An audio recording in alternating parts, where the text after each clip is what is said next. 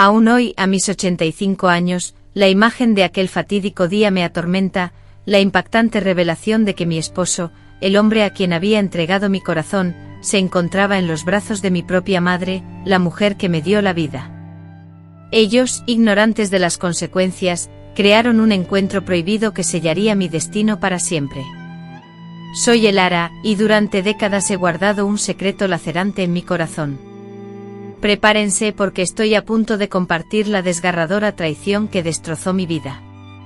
Antes de comenzar a relatar esta historia, me encantaría saber desde qué ciudad me escuchan. Me llena de alegría saber hasta dónde llega mi voz. Les prometo leer y responder cada comentario. No olviden dejar su me gusta y suscribirse a este canal para que nuestra historia llegue a más personas. Nací en 1946 en una pequeña y humilde aldea donde todos se conocían y los chismes volaban rápidamente. Mi padre, un carpintero honrado y respetado por todos, era un hombre de trabajo incansable. Su jornada comenzaba con la salida del sol y terminaba con el anochecer. Aunque mi madre, dedicada por completo a las labores domésticas, manifestaba un descontento evidente con su vida. Con frecuencia, mirándome fijamente y con una envidia apenas disimulada al observar a las mujeres del pueblo, elegantemente vestidas con finas telas y adornadas con joyas resplandecientes, me decía: Elara, debes ser más astuta que yo. Esa advertencia, repetida a menudo, resonó en mi infancia.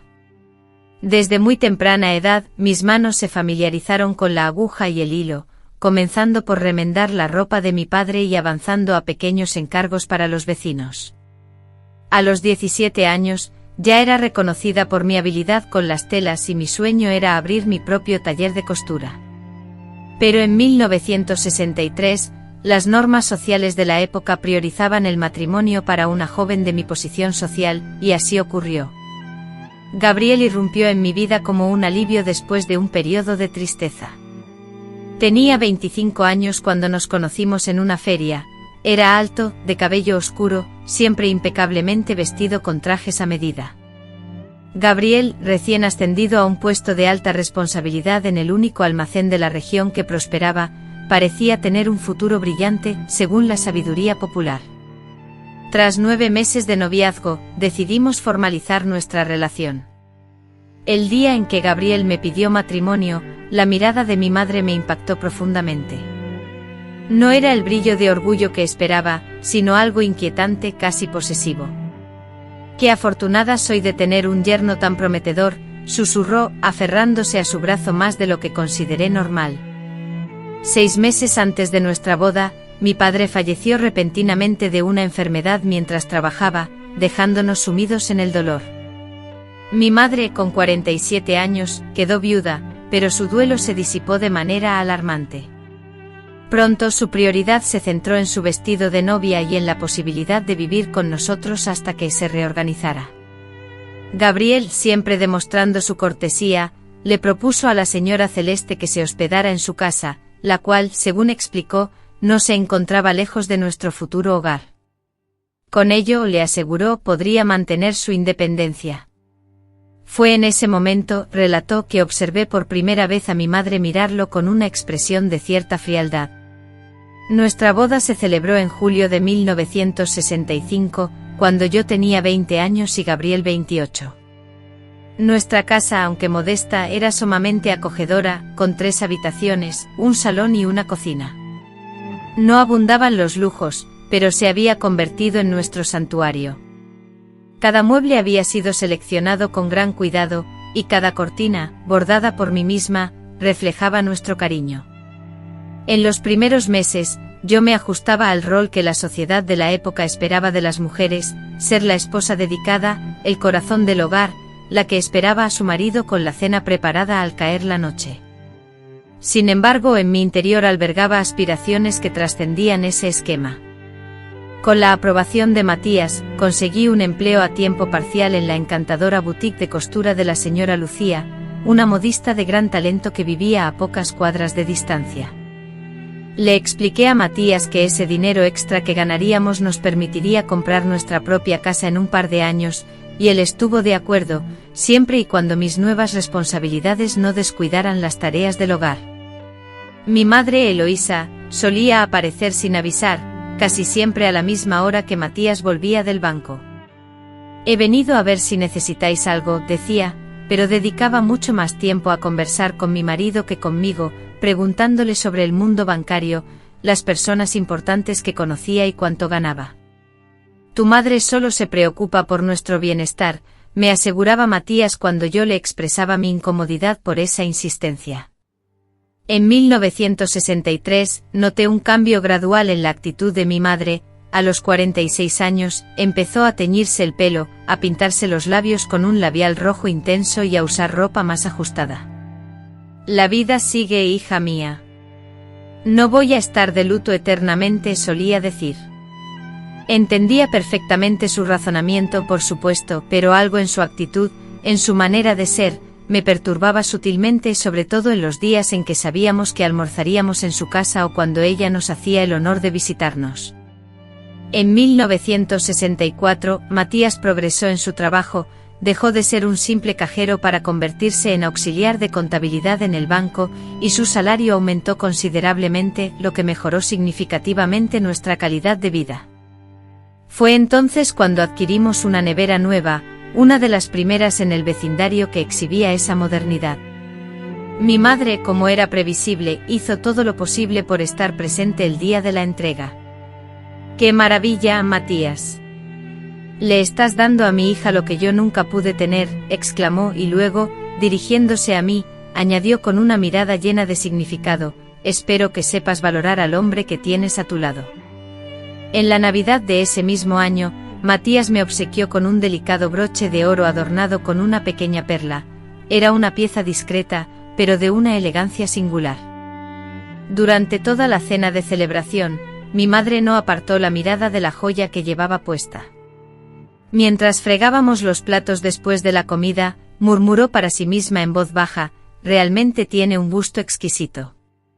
Luego añadió, esa perla me favorecería más a mí, ¿no crees? Mi tono de piel es mucho más claro. Me limité a esbozar una sonrisa, pensando que se trataba de una broma. Pero no lo era. En marzo de 1965, conmemoramos nuestro tercer aniversario de bodas. Matías, cada vez más absorbido por sus responsabilidades en el banco, solía regresar a casa muy tarde, justificándolo con la creciente exigencia del trabajo. Yo, por mi parte, también prosperaba en mi empleo en la boutique. La señora Lucía confiaba en mí para atender a clientas de alto nivel y mis diseños eran frecuentemente elogiados. Una parte de mis ingresos la guardaba con diligencia en una vieja lata de galletas, cuidadosamente escondida detrás de una baldosa floja en la cocina. Matías, sin embargo, creía que le confiaba la totalidad de mi sueldo para que lo administrara. En ese lugar, que para mí era un santuario y un espacio de seguridad personal, sucedieron cosas. Fue entonces cuando Eloísa, mi suegra, comenzó a visitarnos con más frecuencia, siempre al caer la tarde, justo cuando yo aún no había regresado del trabajo. He traído un pastel, anunciaba al entrar, encontrándome en la sala conversando alegremente con Matías, mi marido. A veces veía copas con restos de bebida sobre la mesa y a Matías con un leve enrojecimiento en las mejillas, como si hubiera bebido un poco. Tu madre trajo una botella de licor que le regalaron, me explicaba él. En junio mi madre le pidió a Matías que la ayudara con los trámites bancarios relacionados con la pensión de mi padre, argumentando, es muy difícil para una viuda encargarse de estos asuntos, utilizando un tono de voz vulnerable que nunca empleaba conmigo. Matías, siempre dispuesto a ayudar, comenzó a visitarla después de su jornada laboral. Voy a verla antes de volver a casa, me informaba. Josefa, una compañera de trabajo de la boutique, una vez me preguntó con tono inquisitivo si no me resultaba extraño que mi madre, doña Clara, siempre se engalanara con su mejor vestido y perfume cada vez que mi marido, Artur, iba a visitarla. La gente está murmurando, Ara, me susurró Josefa, refiriéndose a rumores maliciosos. Instintivamente defendí a ambos, argumentando que eran mi madre y mi esposo, y que jamás consideraría que hubiera una intención oculta o maliciosa en sus interacciones. Sin embargo, en julio, Arthur recibió de mi madre un costoso reloj de pulsera, un objeto lujoso y fuera de lugar considerando su vida en retiro. Es un regalo de agradecimiento por su ayuda con unos documentos, balbuceó Arthur, evitando mi mirada. Al preguntarle a mi madre sobre el regalo, ella respondió con dulzura: he ahorrado con cariño para darle algo especial al hombre que se preocupa tanto por mi hija. Aunque sus palabras sonaban sinceras, sus ojos brillaban con una sutileza que con el tiempo, había aprendido a interpretar con recelo. A mediados de julio comenzaron a atormentarme unas migrañas punzantes y persistentes, que se convirtieron en una constante en mi día a día. El médico diagnosticó que mis dolores eran consecuencia del estrés y la tensión, y me ordenó reposo. Aquel miércoles en específico, el 21 de julio de 1965, el dolor era tan intenso y agudo que la señora Elena, mi supervisora, insistió en que me marchara del taller antes de lo habitual. «Ve a descansar, jovencita. El trabajo puede esperar, pero la salud no», me aconsejó. Salí de allí alrededor de las 3 de la tarde. El sol veraniego caía implacable y el calor bochornoso no hacía más que intensificar el dolor punzante que sentía en la cabeza. Caminé lentamente hacia mi casa, ansiando una taza de té y una breve siesta antes de que Arthur, mi esposo, regresara de la oficina, lo cual solía ser después de las 7 de la tarde. Al doblar la esquina de nuestra calle, una imagen inesperada me detuvo. La vieja bicicleta de mi madre estaba apoyada en la puerta lateral, la que daba acceso a la parte trasera de la casa. Me pareció extraño, ya que ella siempre usaba la entrada principal cuando nos visitaba. La puerta trasera estaba extrañamente entreabierta. Entré sigilosamente a la casa, sintiendo que la confusión se apoderaba de mí. En la penumbra de la cocina, sobre la mesa de madera, el bolso rojo de cuero, perteneciente a la señora Clara, se encontraba abandonado, acompañado de 2 vasos vacíos y una botella de vino tinto, su contenido a medio beber. Arthur, sabiendo que nunca consumía alcohol durante el día, me pareció extraño. Mi pulso se disparó al escuchar las risas contenidas que provenían del dormitorio. La puerta entreabierta me permitió vislumbrar la escena que destrozó mi mundo: Arthur, sentado en el borde de nuestra cama matrimonial, aquella que habíamos elegido con tanto cariño y esfuerzo al inicio de nuestro matrimonio, y en su regazo, mi propia madre, con los brazos enlazados alrededor de su cuello, su labial escarlata manchando la piel de mi esposo. «Si supiera que llevamos más de 1 año con esto», murmuró mi madre entre risas, besándole el cuello. «Es demasiado inocente para sospechar nada», respondió Arthur, mientras sus manos recorrían el cuerpo de mi madre, profanando la intimidad. «¿Crees que siempre estoy en el banco cuando estoy contigo?». Ella nunca supo cómo mantener el interés de un hombre. Mi madre soltó una sonora carcajada, rememorando la frase de su padre. «¿Qué razón creías que justificaba la intensa mirada de él hacia otros hombres?». El aliento me abandonó de golpe, ahogándome. La jaqueca que me atormentaba se redujo a una leve molestia comparada con el dolor desgarrador que me invadió el pecho, como si una daga invisible, clavada entre mis costillas, fuera girada lentamente, desgarrando mi interior. Aquellos que por encima de todo, debían protegerme, las 2 personas que más amaba en el mundo, me estaban traicionando de la forma más despiadada. Retrocedí sin hacer ruido, buscando el apoyo de la pared del pasillo para no desplomarme. Lágrimas silenciosas surcaban mi rostro mientras me dirigía, a duras penas, de vuelta a la entrada de la cocina. El mundo se tambaleaba a mi alrededor, pero una certeza helada se instaló en mi interior: pagarían por ello. Abandoné la casa sigilosamente como una sombra. Me dirigí a la plaza más cercana, donde me senté en un banco permitiendo que las lágrimas fluyeran libremente durante casi 1 hora. Cuando finalmente logré recomponerme, una transformación profunda se había producido en mi interior. A pesar del dolor persistente, ahora se sumaba una determinación fría y calculada, una faceta de mí que desconocía hasta ese momento. Resolví no enfrentarlos en ese instante, no merecían un gesto significativo, algo que recordaran por siempre. Regresé a casa a la hora habitual, después de las 6. Al entrar, encontré a Arthur en el salón, absorto en el periódico, como si nada extraordinario hubiese ocurrido, como si no acabara de ir. Esta escena se repetía cada noche: mi llegada, el esfuerzo por aparentar ser la esposa abnegada, la sonrisa forzada que mis ojos no podían reflejar. «¿Qué tal el día, cariño?», pregunté con la voz inundada de una falsedad que solo yo percibía. «Lo de siempre en el banco». «Mucho trabajo», respondió sin apartar la mirada del periódico, como si mi presencia careciera de importancia. Fue en ese instante cuando los mecanismos de mi venganza se pusieron en marcha, un plan que transformaría nuestras vidas en un caos. Durante 3 largas semanas, me convertí en una sonámbula con los ojos abiertos. Compartía la cama con Ottavio, el hombre que me había engañado con mi propia madre, Luke, bajo el mismo techo. Cada buenas noches de Ottavio, pronunciadas con aparente afecto, resonaban en mis oídos como una burla cruel. Cada beso de despedida matutino se sentía como una puñalada directa al corazón, un recordatorio constante de la traición. Pero para el mundo, para nuestros amigos, vecinos y conocidos, yo era la personificación de la calma y la felicidad. Mantenía mi rutina diaria impecable, la misma sonrisa brillante y forzada, y los gestos habituales de una esposa perfecta.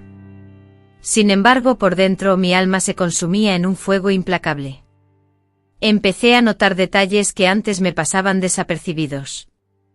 Los martes y jueves, Ottavio regresaba del trabajo con el mismo perfume barato que usaba mi madre, Luke. Los viernes, Luke inventaba las excusas más peregrinas para evitar nuestro desayuno juntos: «Me duele la espalda, cariño», o «tengo cita con el médico hoy», repetía una y otra vez, siempre mintiendo. Cuando los 3 estábamos juntos, la desfachatez de ambos era evidente, las miradas cómplices que se cruzaban, las sonrisas contenidas, el roce discreto de sus dedos al pasar el azucarero. La desfachatez de Ottavio no solo me causaba aversión, sino que también avivaba mi firme propósito. En agosto de 1965, un rumor se propagó por toda la provincia: la esperada celebración del aniversario de la fundación de nuestra pequeña ciudad, conocida como Ciudad del Sol. Cada año el ayuntamiento organizaba un fastuoso banquete en el salón parroquial, una reunión a la que asistían las familias más importantes de la localidad. Como jefe de contabilidad del banco más importante, Ottavio tenía un puesto asegurado en la mesa principal, junto al alcalde. Este banquete representaba el evento social más importante del año, la ocasión en la que todos exhibían sus mejores atuendos, lucían sonrisas y joyas, intercambiaban chismes y concretaban negocios. Al tener conocimiento de este evento, mi plan se concretó: si ellos me habían deshonrado en secreto, yo los humillaría ante toda la ciudad. El primer paso esencial era obtener pruebas. Mi palabra por sí sola no sería suficiente contra ellos, necesitaba algo que resultara irrefutable. En 1965, en un hogar como el nuestro, poseer una cámara fotográfica era un lujo inusual. Sin embargo, afortunadamente, Pedro, el fotógrafo oficial de la ciudad, era mi amigo de toda la vida. Su tienda, un pequeño local con escaparate, estaba situada justo enfrente del taller mecánico donde yo trabajaba. Un día por la tarde, mientras Ottavio, mi hermano, estaba en el banco, aproveché la oportunidad para visitar a Pedro. Una vez que cerró cuidadosamente la puerta de su tienda, le susurré con voz baja y llena de misterio: «Necesito un favor muy especial». Le inventé una historia: sospechaba que alguien desconocido estaba entrando en mi casa cuando nosotros no estábamos. «Quiero descubrir quién es», le dije, intentando sonar convincente. Pedro, con una mueca de duda inicial, pareció vacilar, pero la promesa de una considerable recompensa en efectivo le convenció. El plan que ideamos era sencillo: Pedro instalaría una cámara oculta en nuestro dormitorio, concretamente, la ubicaría estratégicamente para que apuntara directamente a la cama. Esta cámara, activada por un mecanismo de cuerda manual, tomaría una serie de fotografías en secuencia cada vez que detectara el más mínimo movimiento. El mayor desafío sería conseguir que mi madre, Lucía, se ausentara de casa mientras Pedro realizaba la instalación. Así, en la segunda semana de agosto, ideé un plan y la invité a acompañarme a la ciudad vecina. Le dije, necesito ir a buscar unas telas especiales. Quiero algo realmente único para el vestido que usaré en la fiesta del pueblo, con la esperanza de persuadirla. Mamá, nadie como tú para elegir colores. Ese cumplido fue la carnada perfecta. Ella, seguramente pensando en comprar algo para impresionar a Octavio, aceptó de inmediato. Nos fuimos temprano en autobús. Mientras tanto, Pedro entró en mi casa con la llave que le di y colocó la cámara dentro del armario, escondida por un pequeño orificio invisible. Regresamos al caer la tarde y al despedirse, Lucía comentó: hija, ese vestido azul te sentará de maravilla. Octavio no te quitará la vista de encima. La ironía de sus palabras me hirió, pero me contuve con una simple sonrisa. Al día siguiente, un martes, seguí mi rutina habitual, saliendo al trabajo con el corazón expectante. Silencio en la residencia, el dispositivo ya instalado. Tal como esperaba, a las 2 de la tarde, desde la ventana de mi taller, vi a mi madre pedalear en su bicicleta hacia mi casa. 15 minutos después, Roberto, mi esposo, abandonó el banco en el que se desempeñaba laboralmente para ir a almorzar, caminando a paso ligero por la misma acera. Yo, por mi parte, permanecía en el taller, concentrada en coser un delicado traje de novia, sintiendo un leve temblor en mis manos mientras mi mente volaba, anticipando los eventos que se desarrollarían en la intimidad de mi alcoba. Doña Lourdes, mi colega y compañera de trabajo, notó mi evidente inquietud. ¿Te encuentras mal de nuevo, Camila?, me inquirió preocupada. Negué con la cabeza, forzando una sonrisa y contestando: solo la emoción por el festival que se avecina en la ciudad. A las 5 de la tarde, al regresar a casa, todo lucía inalterado. No había señales de la visita, tan solo un tenue aroma del perfume de mi madre impregnaba el aire, olor que Roberto trató de disipar ventilando la estancia. El equipo fotográfico había cumplido su cometido. Solo restaba aguardar al día siguiente para revelar las fotografías. El miércoles por la mañana, tan pronto como Roberto se fue a trabajar, extraje la cámara de su escondite y me apresuré a la tienda de revelado de Juan. Mi corazón martilleaba en mi pecho mientras Juan, con manos temblorosas, sacaba las fotografías del cuarto oscuro. Al salir, con las imágenes aún húmedas en sus manos, su rostro se había transformado en una máscara pálida y contraída. Camila, yo no lo sabía, balbuceó, evitando mi mirada. Las fotos eran pruebas irrefutables, nítidas y claras, mostrando una verdad innegable. Allí estaban mi madre y Roberto, mi esposo, en mi propia cama, en posturas que me inundaron de vergüenza y una ira ardiente. En una de las fotos, mi madre miraba directamente a la cámara, con una sonrisa triunfante que se curvaba en sus labios mientras abrazaba a Roberto. ¿Cuánto le pagaste por esto?, preguntó Juan, visiblemente afectado por la situación. Nada, respondí, pero necesito otro favor. La siguiente etapa de mi plan exigía una decisión audaz. Le pedí a Juan que convirtiera las fotos más comprometedoras, donde los rostros de ambos eran perfectamente visibles, en diapositivas. Es para un proyecto personal, expliqué vagamente sin dar más detalles. Juan, con su habitual discreción, no hizo ninguna pregunta. Lo que había presenciado en las fotografías era suficiente para percatarme de la seriedad del asunto. Posteriormente visité a Antonio, el técnico encargado de operar el proyector durante las presentaciones públicas del ayuntamiento. Siendo el hijo del alcalde, gozaba de acceso al equipo que se emplearía en las festividades. Necesito que proyectes unas imágenes adicionales al concluir la presentación sobre la historia local, le solicité. Es una sorpresa para Roberto. Antonio vaciló. Requeriré la autorización de mi padre, replicó. Sonreí, maquinando rápidamente. Esa misma semana celebramos nuestro aniversario de bodas. Quiero darle una sorpresa especial. La estratagema funcionó. Antonio aceptó siempre y cuando le proporcionara las diapositivas el día anterior al evento. Los días siguientes se convirtieron en una prueba para mi capacidad de ocultación. Continué tratando a Roberto y a mi madre con naturalidad, e incluso con mayor afecto del usual. Estoy muy entusiasmada con la fiesta, mencioné durante la cena. Me pondré un vestido nuevo azul, tu color predilecto. Roberto esbozó una sonrisa, completamente desentendido de la situación. Seguro que estarás radiante como siempre, dijo.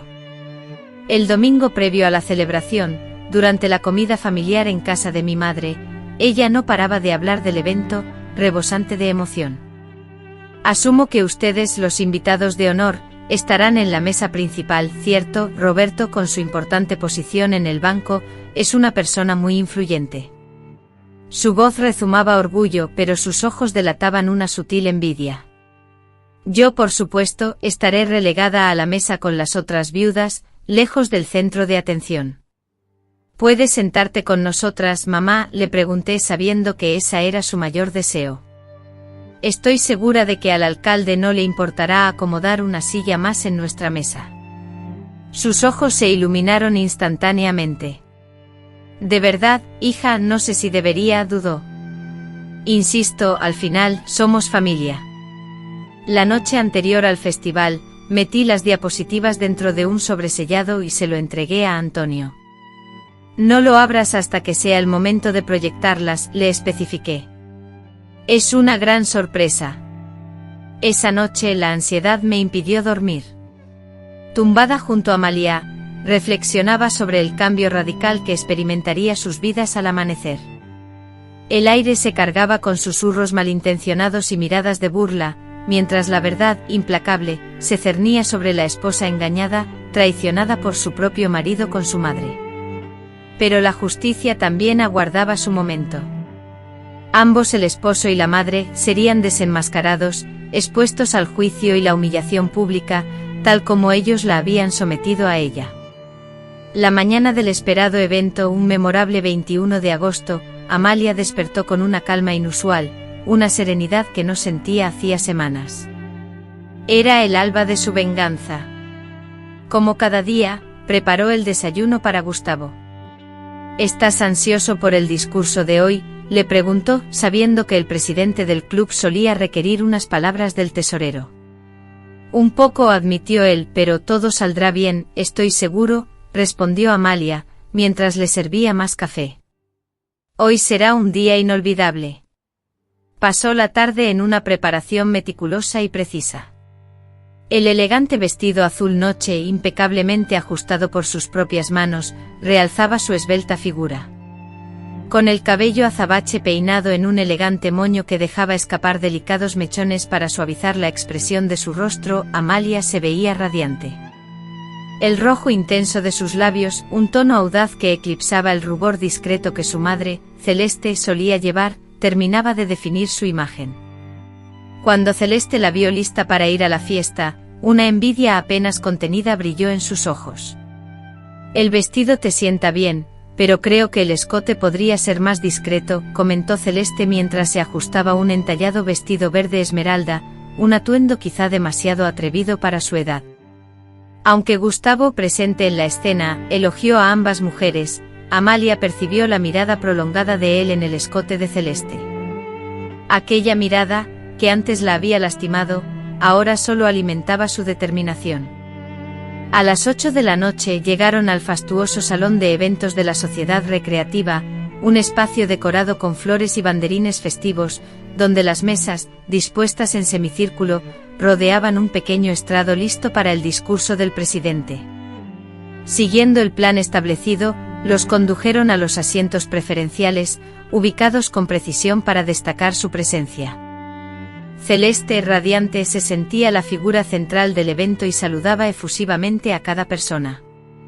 La cena se extendía pesadamente, cada plato consumido con parsimonia, un ejercicio de autocontrol. Cada sonrisa forzada la acercaba al instante crucial. Gustavo subió al estrado para pronunciar un discurso de agradecimiento a la comunidad en representación del banco, y Celeste le tributó una ovación exagerada, como si estuviera ante un orador magistral y no un simple tesorero leyendo un discurso aprendido. Después de los discursos, una presentación visual narró la historia de la ciudad con fotografías antiguas, los fundadores, la construcción de la iglesia, la inauguración de la primera sucursal bancaria. Con cada imagen, Amalia sentía que su pulso se aceleraba anticipando lo que estaba por venir. Una vez finalizada la presentación formal y mientras las luces del salón comenzaban a iluminarse, Amalia se puso de pie con presteza. «Solicito la atención de todos por un instante», declaró con una voz resonante que la propia Amalia halló sorprendente. «Deseo ofrecer un breve homenaje sorpresa». El presidente, un hombre de apariencia amable que conocía a la familia de Amalia desde hacía mucho tiempo, esbozó una sonrisa y asintió con la cabeza. «Por supuesto, Amalia, el escenario es tuyo». Amalia se dirigió hacia el pequeño estrado, sintiendo sobre sí todas las miradas. Gustavo parecía desconcertado. Celeste intrigada. «Hoy deseo revelar la verdadera esencia de dos personas que ocupan un lugar muy especial en mi vida», anunció Amalia, haciendo una señal a un asistente. Las luces se apagaron nuevamente y el proyector emitió un zumbido al encenderse.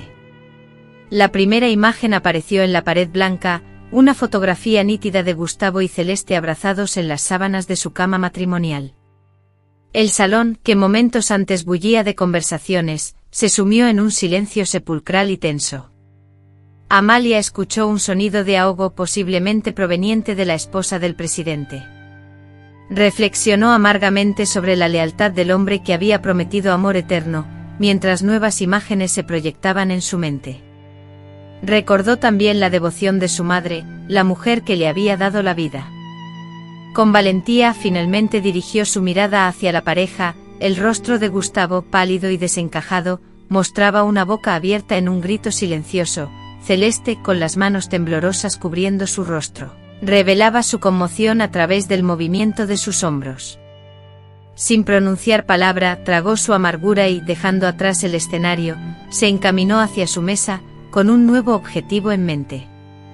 Con el bolso en la mano, alzó la barbilla y declaró, en un tono que todos los presentes pudieron escuchar: «Disfruten de su compañía, su afinidad es evidente».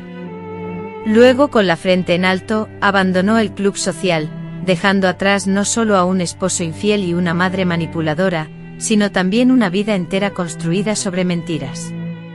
En la cálida noche de verano de 1965, bajo un cielo tachonado de estrellas y acariciada por una brisa suave, se produjo una transformación profunda. La ingenua Beatriz del pasado se desvaneció, dando paso a la mujer que estaba destinada a ser.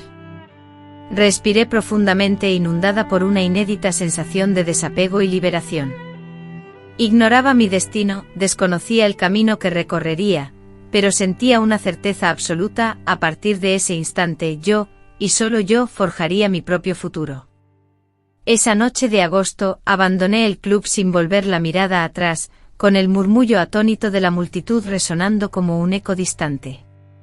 Caminé sola bajo las estrellas, por primera vez en años, y en lugar de sentirme desamparada, una energía renovada me impulsaba. Decidida, me dirigí directamente a la casa de la maestra Elara, llamando a su puerta ya muy entrada la noche, pasadas las 10. Un acto audaz e impensable para una dama de reputación intachable en aquellos tiempos. Sin embargo, las circunstancias exigían osadía. Al abrir la puerta y verme, no fue necesario articular palabra alguna. La noticia de mi infortunio, la ruptura, ya había volado hasta sus oídos a través de su hijo, quien había presenciado el evento. «Pasa, hija», me dijo con voz suave, haciéndome un gesto para que entrara. «Quédate aquí todo el tiempo que necesites». Esa noche la pasé en vela, sentada en el pequeño porche trasero de la casa de la maestra Elara, mi cuerpo en reposo, la mente en ebullición, escuchando el constante canto de los grillos y el esporádico ladrido de un perro a la distancia. No derramé una sola lágrima, ya había llorado un mar de ellas en la intimidad. Ahora, la hora era otra, era el momento de forjar un nuevo camino, de levantar algo firme sobre los restos de mi fallida relación. Al amanecer del domingo decidí no asistir a la misa. Sabía que todas las miradas, las de la comunidad, se posarían sobre mí, algunas llenas de compasión, otras con una curiosidad insana y malsana. En lugar de reaccionar impulsivamente, me concentré en un recuento mental de mis posesiones más preciadas, la ropa que me vestía, las herramientas que usaba para coser y el dinero que escondía celosamente en la vieja lata de galletas, ubicada detrás de la baldosa floja en la cocina de mi antigua casa.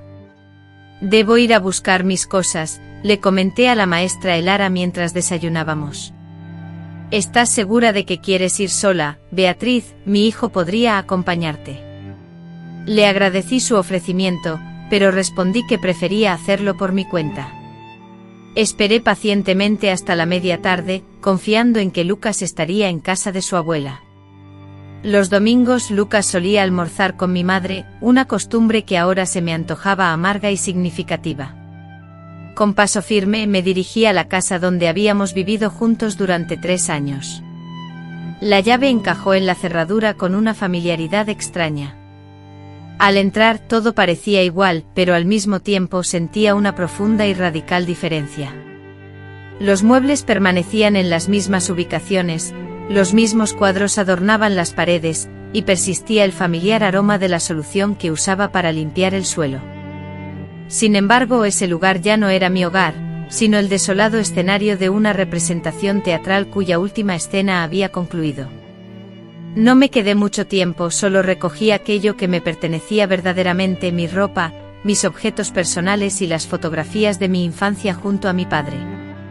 Dejé atrás las joyas que Lucas me había regalado, a excepción del anillo de compromiso, que había pertenecido a mi abuela paterna.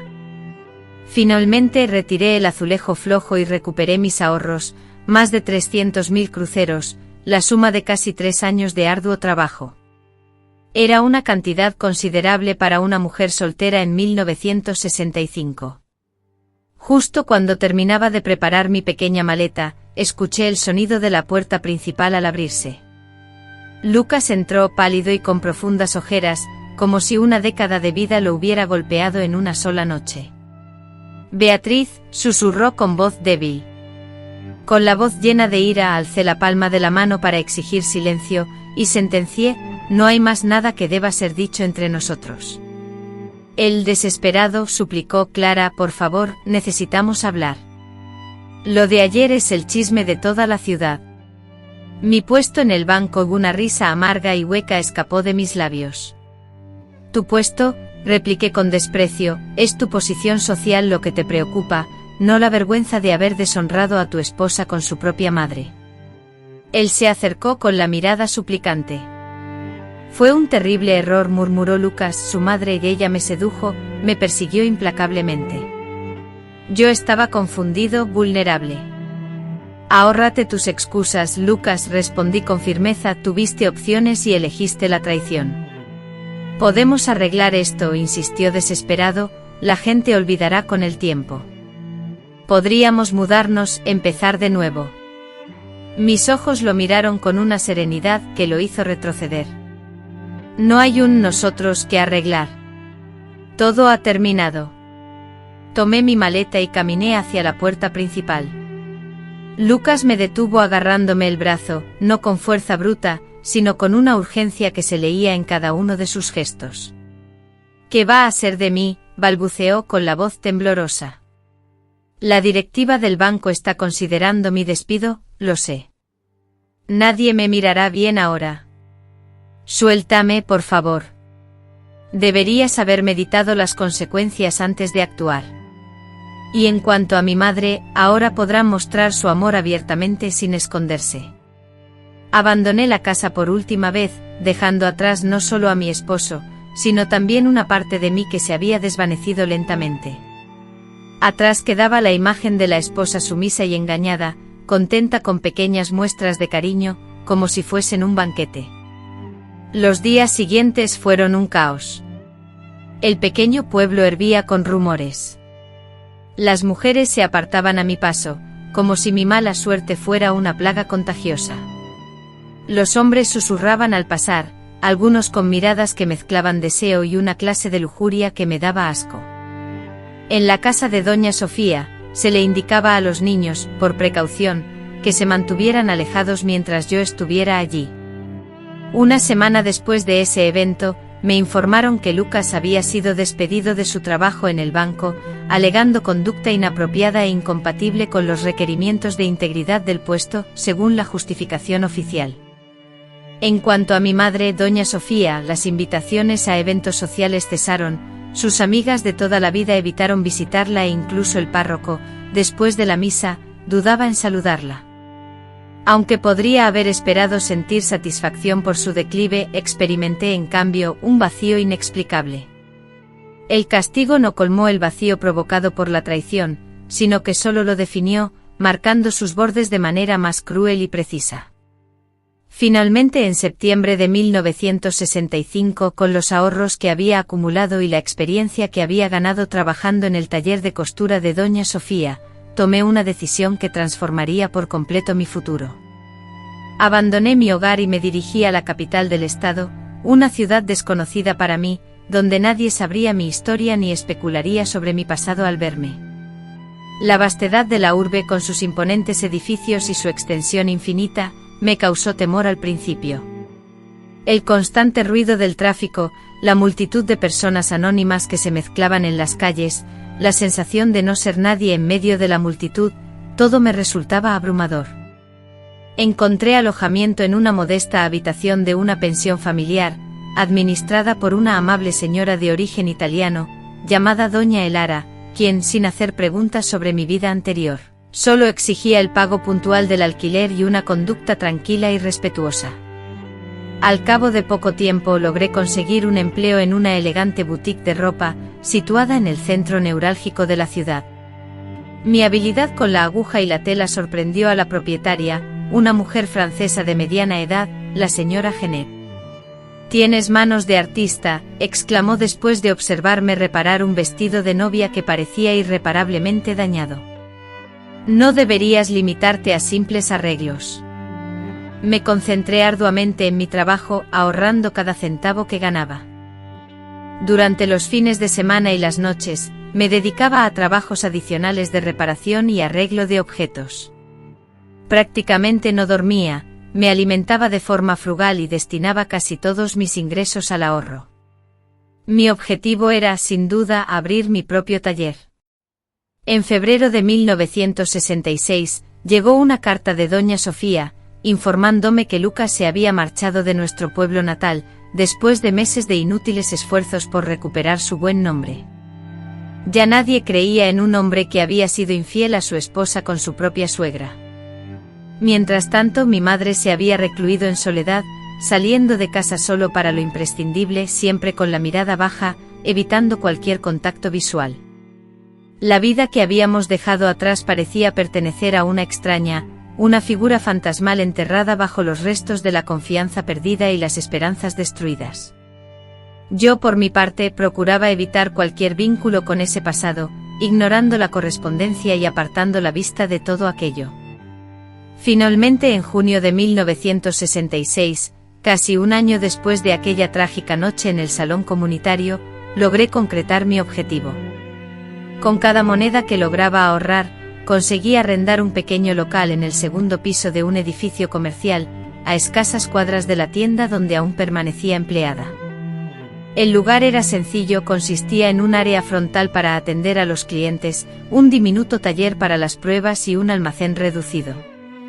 Decidí pintar las paredes de un sereno azul cielo. Después coloqué espejos de primera calidad. Adquirí 2 máquinas de coser, una de ellas a crédito, y mandé a fabricar un discreto letrero que anunciaba «El toque de Clara, arreglos y creaciones exclusivas». La señora Elara, lejos de mostrar resentimiento por mi partida, se transformó en mi primera y más leal clienta. «Tienes un talento natural», me expresó el día de la inauguración, mientras me regalaba un ramo de lirios blancos. «Y esta ciudad necesita más mujeres con tu perseverancia». Los primeros meses fueron un verdadero desafío. Hubo jornadas en las que la puerta permanecía cerrada sin recibir visitas, y yo me sentaba junto a la ventana, confeccionando prendas para un inventario limitado, batallando contra la creciente sensación de desaliento. Después de seguir aceptando encargos de la señora Elara, que me aseguraban un ingreso mínimo para pagar el alquiler y los gastos básicos, llegó el momento crucial en octubre. La señorita Valeria, hija de un prominente industrial de la zona, entró en mi taller buscando a alguien que pudiera ajustar un vestido importado de Francia. Nadie logra arreglar el dobladillo sin dañar el bordado, explicó la joven costurera, mientras desplegaba con sumo cuidado un impresionante vestido de seda azul marino, decorado con piedras preciosas. Dediqué 3 noches enteras a esa labor, trabajando sin descanso y durmiendo solo lo imprescindible. Cuando la clienta volvió para la prueba final, su rostro se iluminó al ver el resultado. El ajuste era perfecto, imperceptible, como si la prenda hubiera sido hecha a medida para ella. «Eres una verdadera maravilla», exclamó la señorita Valeria, girando frente al espejo. «Tengo que presentarte a todas mis amigas». Así, la noticia de mis habilidades corrió como la pólvora. Las mujeres de la alta sociedad, cansadas de costureras que no satisfacían sus gustos o incumplían los plazos, descubrieron en mí a una modista competente y de confianza. Rápidamente, además de hacer arreglos, comencé a diseñar prendas únicas, primero para ocasiones especiales y luego colecciones completas de temporada. En 1967 contraté a mi primera ayudante, una joven de 17 años llamada Ana, que demostró ser tan talentosa con la aguja como yo lo había sido a su edad. Al año siguiente me trasladé a un taller más grande, situado en una calle con más movimiento. En 1969 ya tenía 3 costureras a mi cargo y una extensa lista de clientas que esperaban sus encargos. Fue en esa época de éxito cuando recibí otra carta de la señora Beatriz, donde me informaba que Gabriel había sido visto en un pequeño pueblo de la provincia, trabajando como cajero en una tienda de comestibles. Era un hombre mayor con la apariencia de estar constantemente ebrio después de salir del trabajo, y solía relatar a cualquiera que estuviera dispuesto a escucharlo sus gloriosas hazañas del pasado como contador de banco. Mi madre, por su parte, había intentado sin éxito reconectar con antiguos amigos. La soledad y la vergüenza la atormentaban poco a poco. Esta vez, me decidí a contestar la carta. Expresé a la señora Beatriz mi gratitud por su constante amistad durante los momentos difíciles y le narré mi nueva etapa, mi vida independiente. Evité cualquier referencia a Gabriel y a mi madre, pues ambos formaban parte de un pasado que había cerrado definitivamente. En la Navidad de 1970, 5 años después de la noche que marcó un punto de inflexión en mi vida, recibí una visita inesperada en mi estudio, una mujer de apariencia frágil, con el cabello totalmente blanco a pesar de tener solo 53 años, ataviada con ropa simple y desgastada. Tardé unos instantes en reconocerla, pero era mi propia madre. Clara, susurró con una voz tan débil como su presencia, ¿podemos hablar? Con un discreto movimiento de cabeza, le indiqué que me siguiera a mi despacho privado, un espacio apartado de las miradas indiscretas de las empleadas y los clientes. Una vez dentro le ofrecí una silla, que aceptó con dedos temblorosos, apenas capaces de sostener la taza de té que le había servido. ¿Cómo ha dado conmigo?, le pregunté manteniendo mi voz tan inexpresiva como el lino impoluto que cubría mi escritorio. La señora Clara, respondió ella, tras una breve pausa. Insistí cortésmente hasta que finalmente me reveló la dirección exacta de su domicilio. Mientras tanto, mi madre observaba atentamente el ambiente, apreciando la calidad de los tejidos, los bocetos enmarcados que adornaban las paredes y el teléfono de diseño vanguardista sobre el mueble. ¿Todo esto lo ha construido usted solo?, preguntó, aunque su tono era más una afirmación que una pregunta. ¿Qué le trae por aquí?, inquirí, manteniendo mi voz serena. Sacó un pañuelo de su bolso desgastado y lo retorció nerviosamente entre sus dedos envejecidos. Perdón, murmuró finalmente con una voz apenas audible. Sé que no lo merezco, pero estoy enferma. El médico dice que es el corazón. No me queda mucho tiempo. Busqué en su rostro una señal de emoción, cualquier atisbo de sentimiento, rabia, compasión, lo que fuera. Pero solo encontré una frialdad educada, un vacío que parecía palpable. La mujer que una vez fue mi apoyo incondicional ahora era una extraña total. ¿Dónde está Arthur?, pregunté no por interés real, sino para entender la magnitud de la situación. No lo sé.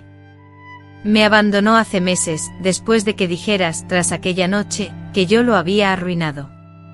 De sus labios brotó una risa amarga, un sonido débil y áspero, como si esa decisión no fuera suya. Hubo un silencio tenso.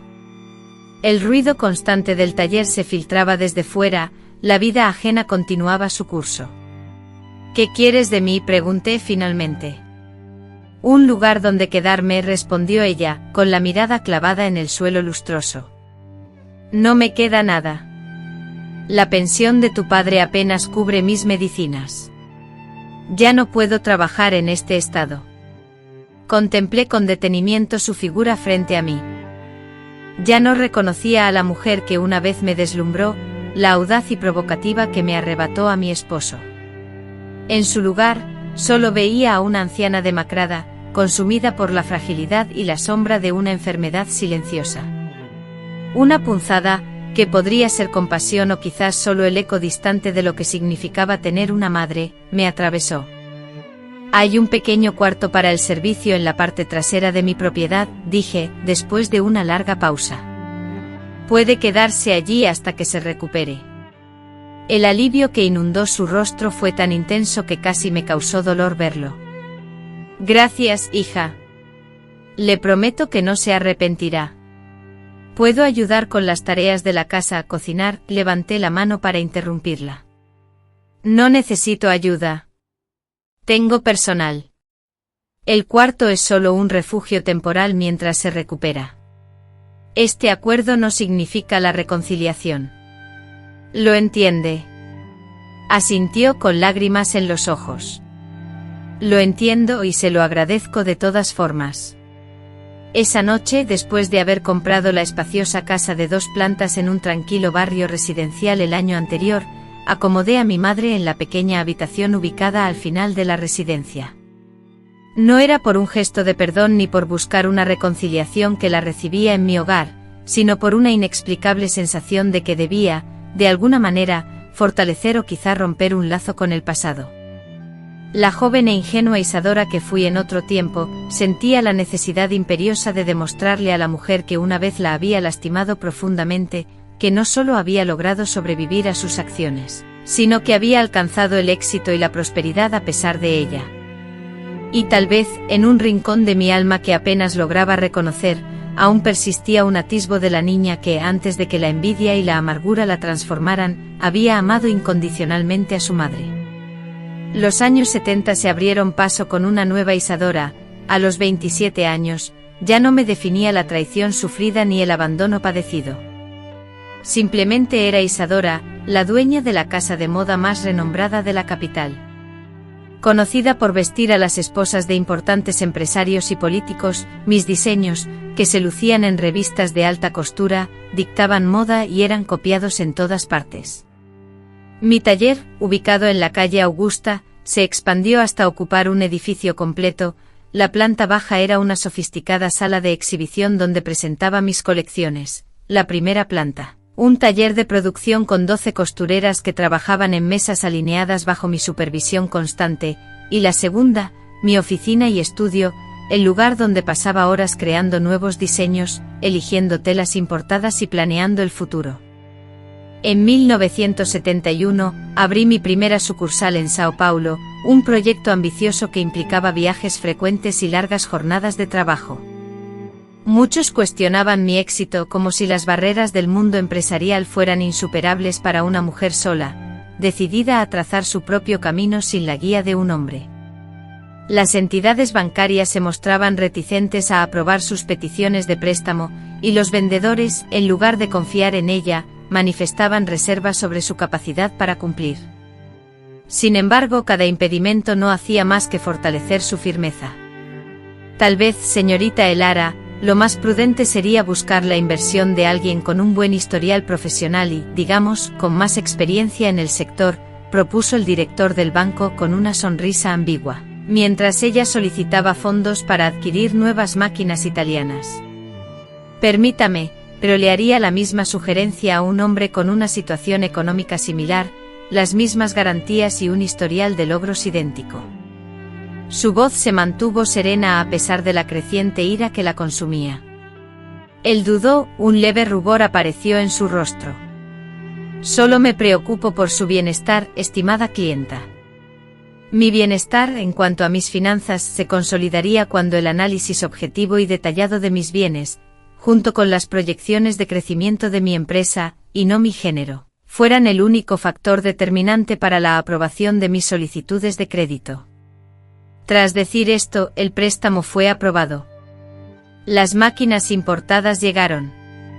Al cierre del ejercicio fiscal, los ingresos de mi compañía se habían triplicado. Entonces contemplaste con asombro el florecimiento de mi imperio comercial. Sin embargo, la vida en mi hogar era triste. En la habitación más apartada, mi madre se extinguía lentamente.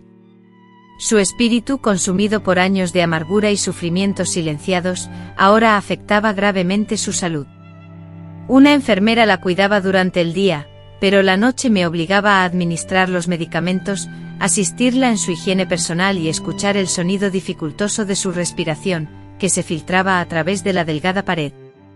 La conexión que nos unía se había roto hace mucho tiempo.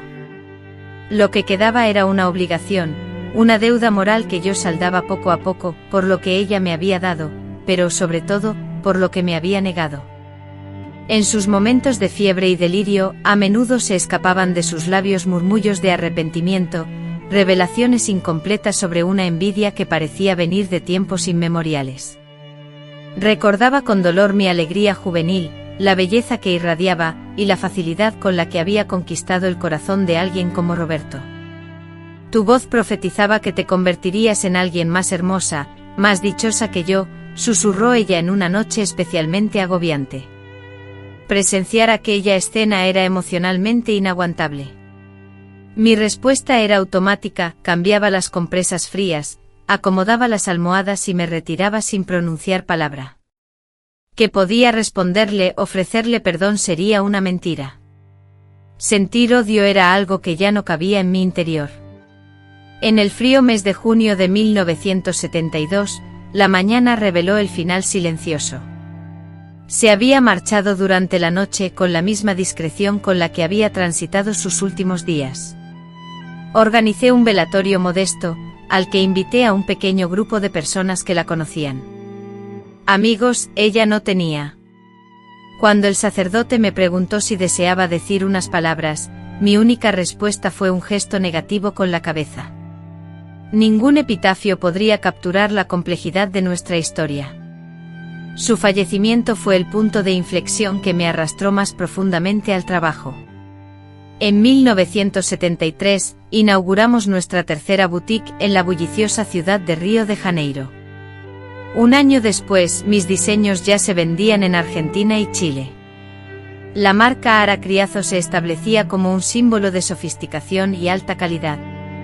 Mi imagen aparecía en las revistas más importantes y mi opinión era requerida para analizar el mercado en constante cambio. Jóvenes empresarias me buscaban como modelo a seguir, en busca de la clave del éxito.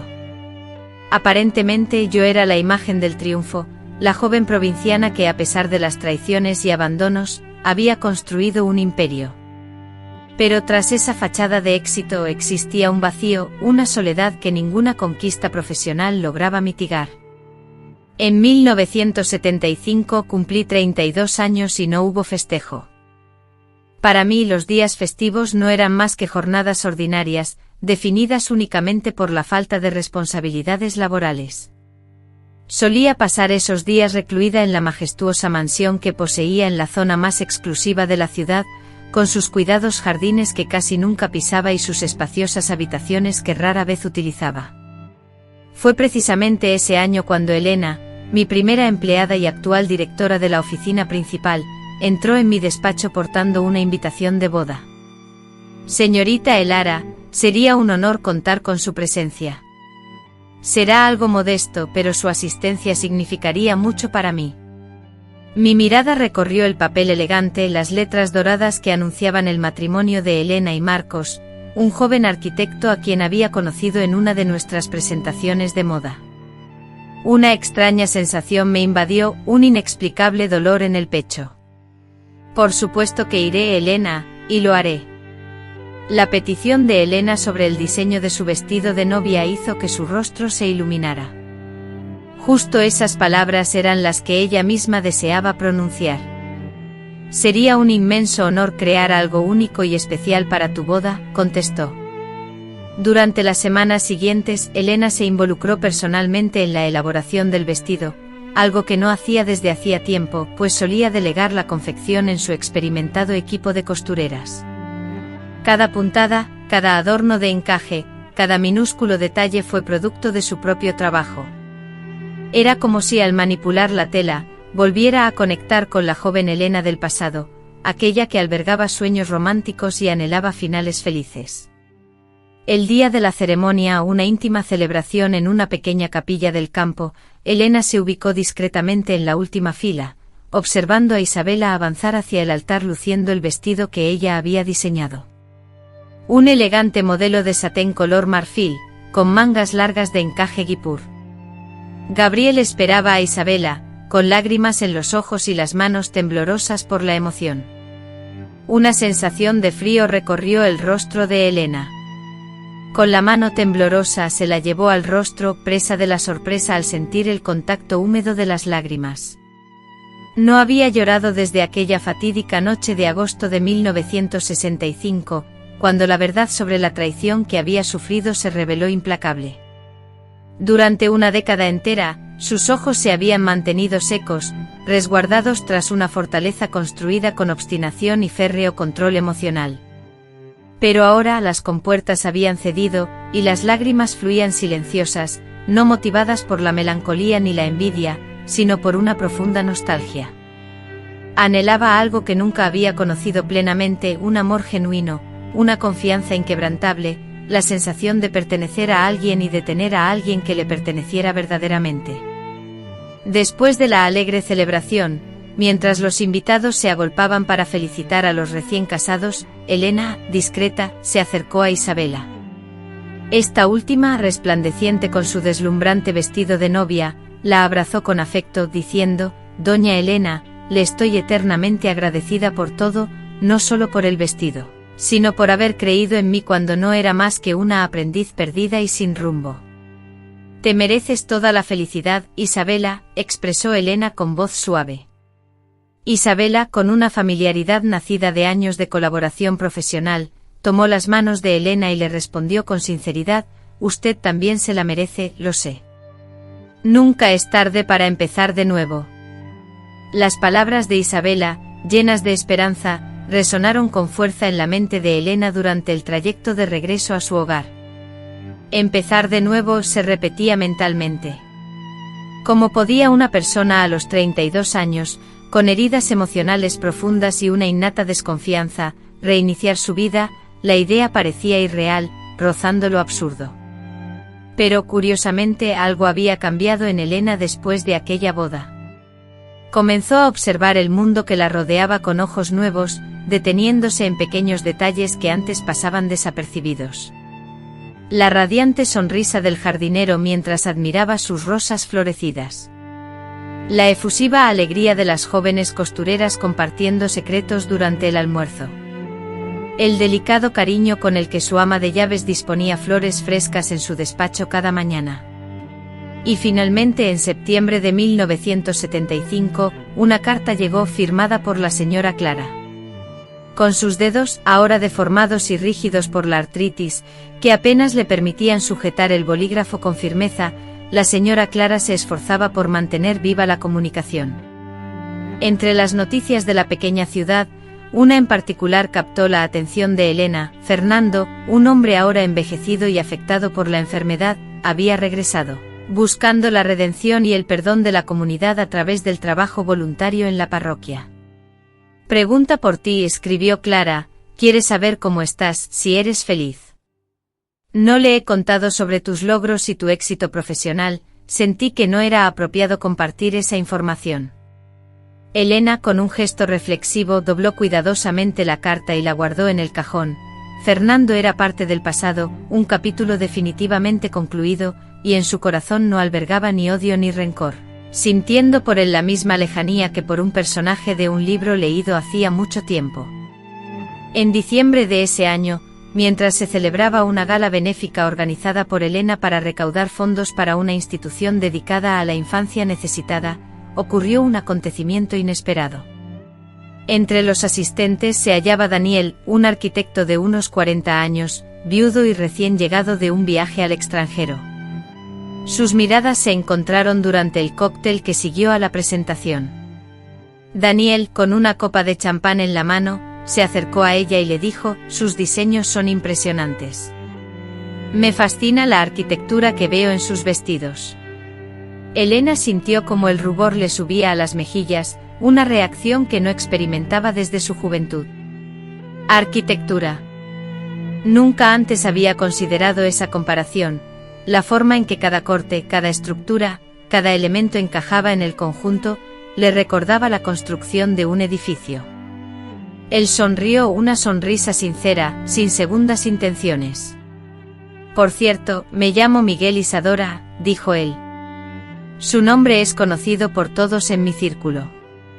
La velada continuó con conversaciones apasionadas sobre arte, proyectos, viajes y literatura, dejando de lado temas triviales sobre amores pasados o ambiciones futuras. La conexión entre nosotros, nacida de un entendimiento genuino y profundo, era en sí misma un deleite. Al concluir la velada, cuando me solicitó mi información de contacto, mi duda inicial fue fugaz, cediendo ante la necesidad de escribir rápidamente mi número en un pequeño pedazo de papel. «Para una posible colaboración profesional», especificó seriamente, aunque su tono no logró borrar la sonrisa de mi rostro. 3 días después, Miguel me llamó para invitarme a almorzar. «Puramente profesional», aseguró, aunque su voz sugería un interés más allá de lo laboral. Para mi sorpresa, acepté. El almuerzo se extendió por horas, finalizando con un paseo relajado por el parque. Compartimos recuerdos de nuestra infancia, detalles sobre nuestras carreras profesionales, los logros que habíamos alcanzado y los sueños que aún anhelábamos cumplir. Ni una sola mención de mi pasado doloroso, ni de las personas que lo habían marcado. Algunas historias requieren su propio tiempo para ser contadas. En las semanas siguientes nuestros encuentros se volvieron frecuentes: cenas, conciertos y exposiciones de arte. Miguel poseía un conocimiento profundo y vasto, evidente en sus conversaciones, pero a diferencia de otros eruditos, nunca recurría a la ostentación ni al afán de presumir.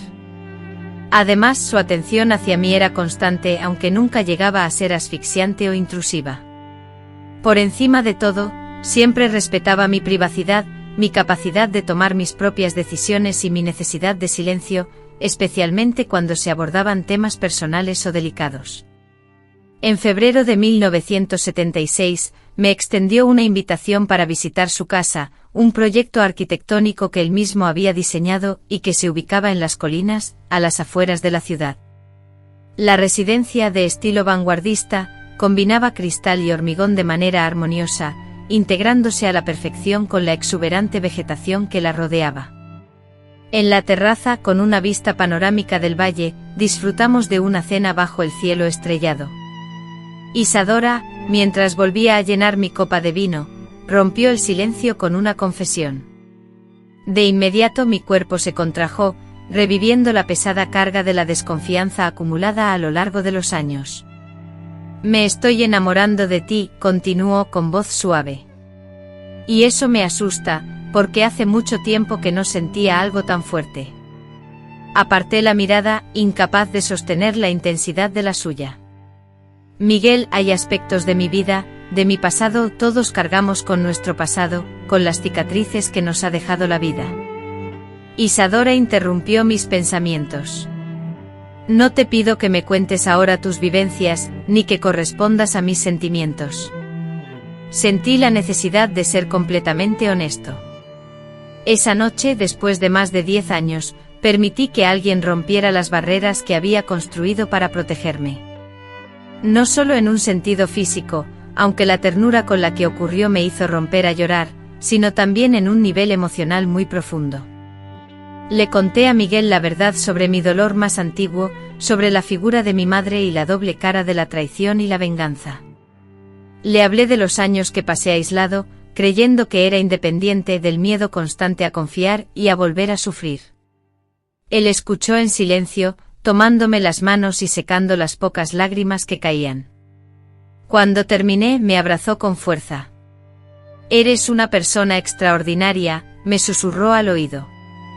«No a pesar de tus experiencias, sino por todo lo que has vivido. Cada dolor, cada logro, cada triunfo». Aquella noche, por primera vez desde que me casé, me quedé dormida en los brazos de un hombre. Ninguna pesadilla, ni siquiera el insomnio que solía atormentarme, interrumpió mi sueño, solo experimenté un descanso profundo y reparador, similar al de un niño que finalmente encuentra un refugio seguro.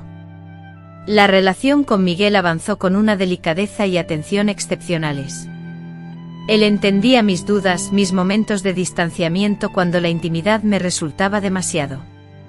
Jamás me presionó ni me demandó nada, siempre estuvo presente, firme como el amanecer, paciente como el constante ir y venir de las olas. En agosto de 1976, justo 11 años después de aquella noche que cambió mi vida, Miguel me llevó a la playa. Caminamos descalzos por la arena, contemplando la puesta de sol, un despliegue de colores anaranjados y rosados sobre el horizonte. Cuando las primeras estrellas comenzaron a brillar, se detuvo y se arrodilló ante mí, y con la voz llena de emoción, me dijo: «Y adora». Aunque no creo en un amor idealizado ni en finales de cuento, pues somos individuos complejos con vidas marcadas y heridas emocionales, tengo la certeza absoluta de que, mientras la suave brisa acariciaba la playa, escuché sus palabras. «Quiero emprender un camino contigo, no para suplir carencias, porque tú eres completa en ti misma, sino para compartir más momentos de felicidad, apoyarnos en los momentos difíciles y crecer juntos.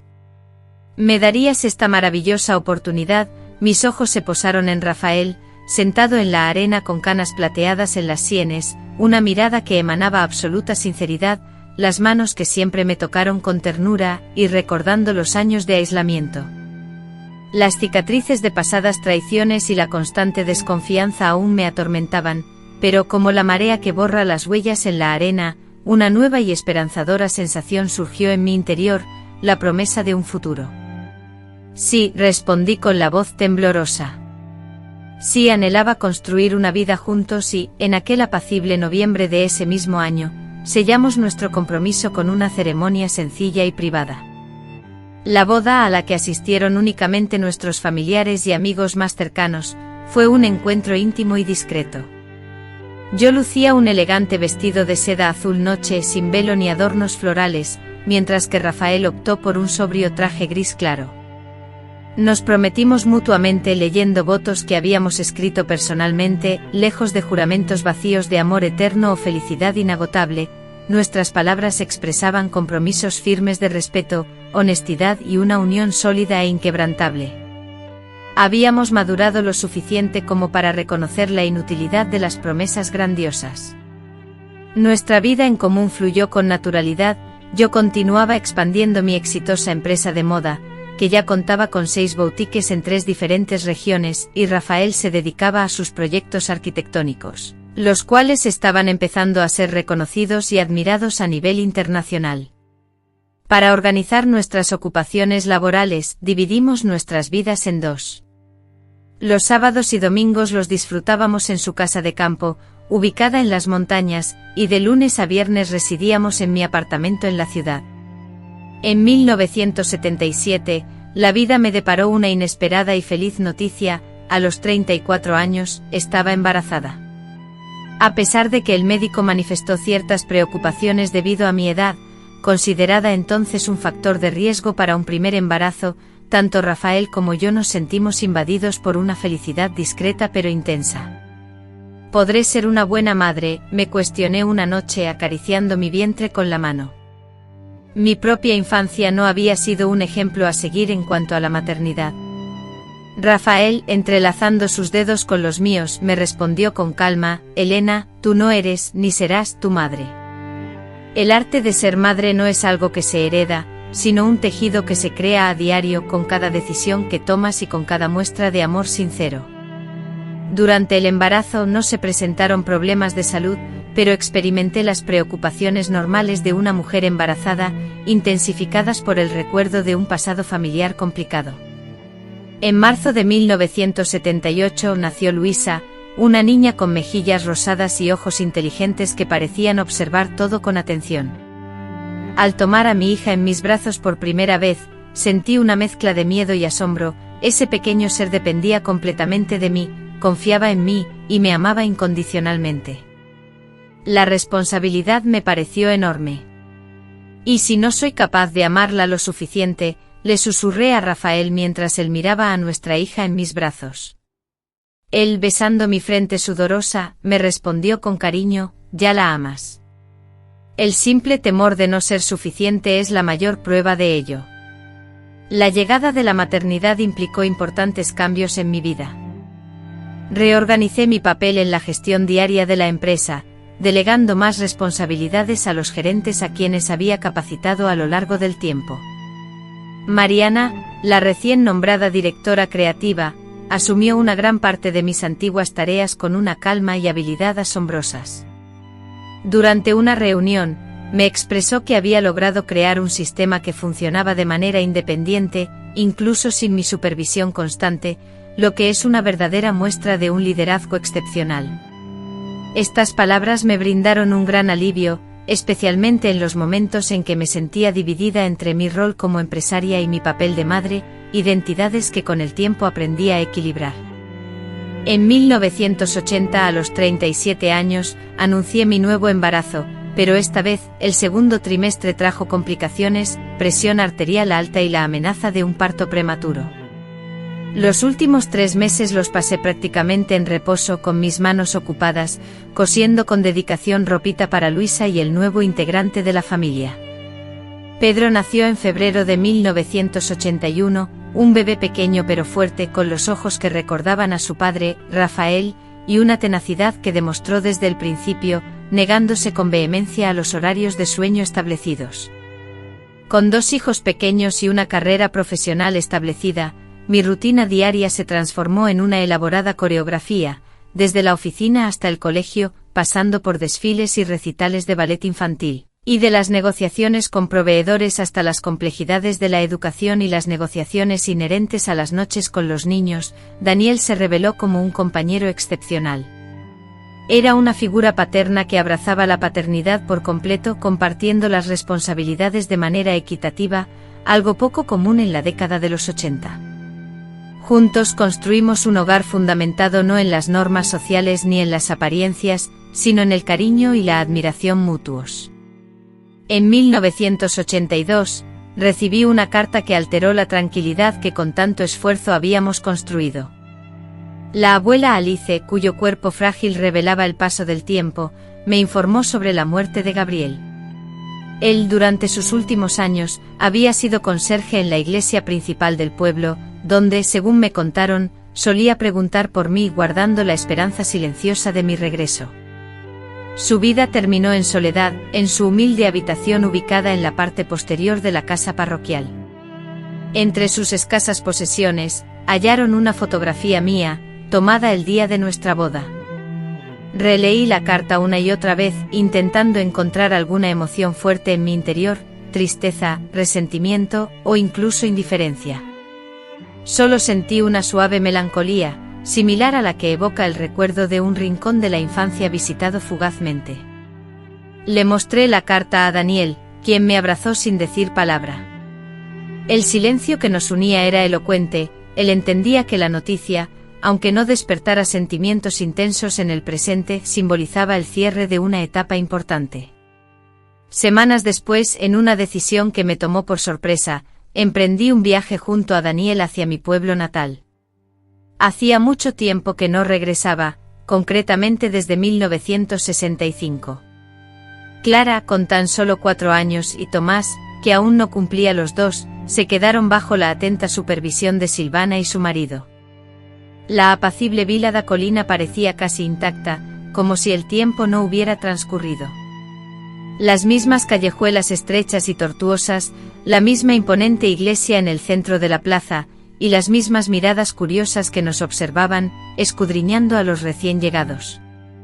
A pesar de ello, no éramos completos desconocidos. Yo, la hija que un día se había ido, convertida ahora en una mujer exitosa, volvía al lugar donde había enfrentado la prueba más difícil de mi vida. Nos detuvimos en el pequeño cementerio local, frente a la tumba de Gabriel, identificable por una lápida modesta sin adornos ni flores. Permanecí en silencio unos instantes mientras Daniel, con tacto y respeto, se mantenía a cierta distancia, dándome el espacio necesario para cualquier sentimiento que pudiera estar experimentando. No sentí la necesidad de hablar con el hombre enterrado. En ese momento sentí que no tenía necesidad de disculparme ni de expresar ningún enfado. Simplemente me di cuenta con una calma inquietante de que aquel hombre que en algún tiempo fue fundamental en mi vida, ahora era solo un recuerdo difuso y sin importancia, sin ningún efecto en mi vida actual ni en lo que estaba por venir. Después fuimos a visitar a la abuela Alice.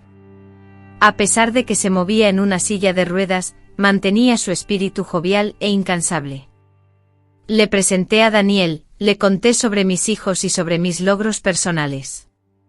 Ella me dedicó una sonrisa y sus ojos, empañados por las cataratas, destellaron con un orgullo evidente. Siempre supe que llegarías a ser una mujer extraordinaria, hija mía, me dijo entrelazando sus manos arrugadas con las mías, un gesto que me recordó el día en que me buscó en su taller, ansiosa por enseñarme los secretos de la costura. Antes de irme, hice una última parada junto a la tumba de mi madre. A diferencia de la frialdad que sentí ante la tumba de Gabriel, aquí las emociones afloraron con fuerza, como un río desbordado. Recordé amargos resentimientos, experimenté compasión y sentí una profunda tristeza por todo aquello que pudo haber sido y nunca se materializó. Deposité un humilde ramo de margaritas, las mismas flores que ella me enseñó a recolectar cuando era niño, antes de que la amargura la destruyera por completo. Estoy en paz, le murmuré a Daniel mientras regresábamos. Y efectivamente por fin lo estaba. La década de los 80 avanzó rápidamente, impulsada por el frenesí inherente a la crianza de hijos pequeños. Clara prosperó exhibiendo una curiosidad inagotable y una férrea voluntad, siempre explorando el mundo que la rodeaba. Tomás, más introvertido, demostró desde temprana edad un talento excepcional para el dibujo y la música. Ambos fueron nutridos por un amor ilimitado, límites claros y la seguridad constante de un afecto incondicional. Mientras tanto, mi empresa continuó su crecimiento, expandiéndose internacionalmente con colecciones que se distribuían en Europa y Estados Unidos. En el año 1985 presenté una colección de diseños llamada Renacimiento, que simbolizaba mi viaje personal de crecimiento y superación. Esta línea de moda, que representaba mi evolución, se convirtió en mi mayor éxito, tanto a nivel de ventas como en reconocimiento artístico.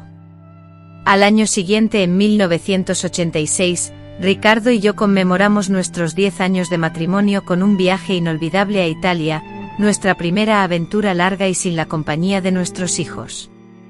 Mientras paseábamos por las calles de Florencia, maravillándonos con el arte que había sobrevivido a siglos de guerras y desastres, sentí una profunda conexión con la idea de la perdurabilidad a través de la creación.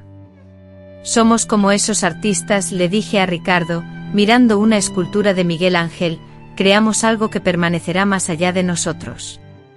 Ricardo, al estrechar mi mano, me transmitió su acuerdo, afianzando la certeza de que nuestros hijos, nuestras creaciones y los valores que fomentábamos perdurarían a pesar del tiempo. Al volver a mi país, Brasil, realicé transformaciones significativas en mis negocios. Fundé una organización sin fines de lucro enfocada en apoyar a mujeres jóvenes en circunstancias difíciles, brindándoles capacitación laboral especializada en el arte de la costura y el diseño de moda. Implementé políticas laborales innovadoras para la época, como licencias de maternidad extendidas y horarios de trabajo flexibles, lo cual era algo inusual y visionario en el Brasil de los años 80. Esto está a décadas de adelantado, comentó mi contador, visiblemente preocupado por el impacto económico de estas medidas. Le contesté simplemente estoy construyendo el mundo en el que quiero que mi hija trabaje. Esa era mi motivación principal, y esta perspectiva guió cada decisión empresarial que tomaba, preguntándome siempre qué tipo de entorno laboral estaba contribuyendo a forjar para las futuras generaciones. En los años 90, cuando mis hijos, Sofía y Lucas, entraron en la adolescencia, enfrentamos los desafíos propios de esa etapa de la vida familiar con la misma armonía y complicidad que siempre habíamos tenido mi esposo y yo. Ricardo, con una empatía innata, logró conectar profundamente con Lucas en los momentos en que éste se mostraba más reflexivo y retraído, facilitando una comunicación fluida y sincera. Por mi parte, desarrollé una sensibilidad especial para comprender y manejar los cambios emocionales bruscos de Sofía, percibiendo en ella una fortaleza interna similar a la que me había permitido superar las adversidades más duras que había enfrentado. En el año 1996, cuando contaba con 53 años de edad, recibí el diagnóstico de cáncer de mama, una noticia devastadora que sacudió los cimientos de nuestra familia, hasta entonces caracterizada por su solidez y felicidad. Sofía, con 18 años y a punto de iniciar sus estudios universitarios, manifestó su intención de aplazar sus planes para brindarme su apoyo incondicional. De ninguna manera, respondí con determinación, mientras iniciaba mi tratamiento médico. Tu vida no se detendrá por esto. He trabajado arduamente para crear un futuro en el que puedas desplegar tus propias alas y alcanzar tus metas. El tratamiento fue una prueba física y emocional extenuante, cirugía, sesiones de quimioterapia y radioterapia, que finalmente resultaron en la pérdida de mi cabello. Tras perder peso hasta alcanzar los 40 kilogramos, experimenté periodos de debilidad extrema donde el simple acto de salir de la cama se convertía en un desafío monumental. Ricardo, mi compañero, fue un apoyo constante en cada fase del tratamiento, tomándome de la mano durante las sesiones de quimioterapia y leyéndome cuando la fatiga me impedía concentrarme en las palabras. En los momentos más sombríos, me hice la promesa interna de no rendirme, no voy a morir así. Sabía que aún tenía muchas metas por cumplir y un vasto mundo por explorar. Y sobreviví. En 1997, los médicos confirmaron mi remisión. La experiencia de enfrentarme a la fragilidad de la vida me cambió profundamente. Comencé a apreciar aún más cada instante compartido con mi familia, cada pequeña felicidad diaria y cada nuevo amanecer que tenía el privilegio de presenciar. Gradualmente retomé mis actividades empresariales, pero con una nueva perspectiva. Decidí delegar más responsabilidades, capacitar a mis sucesores y preparar la empresa para que continuara su camino, incluso en mi ausencia, no por una obsesión con la muerte, sino por una profunda comprensión de la vida y la importancia del verdadero liderazgo. En una entrevista concedida a una revista de negocios en 1998, expliqué mi filosofía empresarial, que se basaba en diseñar sistemas que funcionaran eficientemente sin mi supervisión directa. Con la llegada del nuevo milenio, Ricardo y yo abrazamos la experiencia de ser abuelos. Nuestra hija Sofía, quien se convirtió en abogada, se casó con un profesor universitario y nos dio gemelos en el año 2003. Lucas, nuestro hijo que se dedicó al diseño gráfico, nos bendijo con una nieta en 2005. Descubrí que ser abuela me proporcionaba una alegría diferente a la de ser madre, una alegría menos preocupante, más serena y profundamente satisfactoria. Solía contarle a mi nieta Alice mientras se acurrucaba en mis piernas en pie durante las tardes familiares de los domingos, la historia de cómo me hice rica, pero adaptada para ser comprensible para una niña, enfatizando el trabajo constante, la perseverancia y la capacidad de superar obstáculos. Al llegar a la vejez, un día, con el tiempo, si mis hijos y nietos estuvieran listos para escucharla, les relataría la historia completa, no por rencor ni para sembrar decepciones, sino porque las experiencias, las cicatrices que forjan nuestro ser, son la esencia misma de lo que somos. Hoy, celebrando mis 82 años, mi mirada retrospectiva no solo me muestra a la joven que fue traicionada, sino el largo camino recorrido para llegar hasta aquí. Veo el legado que he forjado con mi esfuerzo, los hijos que crié con valores de integridad y compasión, y los nietos que heredan mi espíritu de lucha. Contemplo a Gabriel con su cabello ahora completamente blanco, quien aún me observa con la misma admiración de siempre, como si fuera la cosa más maravillosa del mundo, a pesar de los años transcurridos. Y entiendo que el verdadero triunfo nunca estuvo en la humillante revelación pública de Arthur y mi tía Clarice aquella noche de agosto. La verdadera victoria, mi ansiada revancha, fue la vida plena y satisfactoria que logré construir, una existencia rica en experiencias y emociones. No fue una vida construida a pesar de las adversidades, sino impulsada por la resiliencia, esa fuerza interior que descubrí en mí misma, cuando ya no tenía nada más que mi propio valor y una inquebrantable determinación. Si alguien me pregunta si todo el sufrimiento y las dificultades valieron la pena, responderé sin dudarlo sí. No porque el dolor sea un requisito indispensable para crecer, sino porque he aprendido que somos capaces de convertir incluso las heridas más profundas en algo hermoso y lleno de significado. Y con esto concluyo mi historia. Queridos oyentes, les agradezco sinceramente a todos aquellos que me han acompañado hasta el final de este relato. Si esta historia ha tocado sus corazones, les agradecería enormemente que apreciaran y se suscribieran a este canal. Su apoyo es crucial para que estas historias de superación lleguen a más personas, quienes, tal vez, necesiten escuchar que incluso en los momentos más oscuros, siempre existe un camino a seguir. Mis queridas espectadoras, me encantaría saber qué tipo de historias les gustaría escuchar en los próximos episodios. A lo largo de mis 82 años, he vivido un sinfín de experiencias y me encantaría compartirlas con ustedes. En los comentarios cuéntenme qué tipo de historias son sus favoritas, prefieren relatos alegres, tristes, de aventura, de superación, o quizás algo más específico, qué tipo de narrativa les llega al corazón, qué es lo que realmente resuena en su espíritu. Mi objetivo es traerles historias que les sean significativas, que les hagan sentir algo, que tengan un sentido real para todas nosotras. Después de todo, las mujeres que ya hemos vivido mucho como nosotras, poseemos un tesoro infinito de recuerdos y sabiduría para compartir, ¿no es así? Hasta el próximo vídeo, con mucho cariño.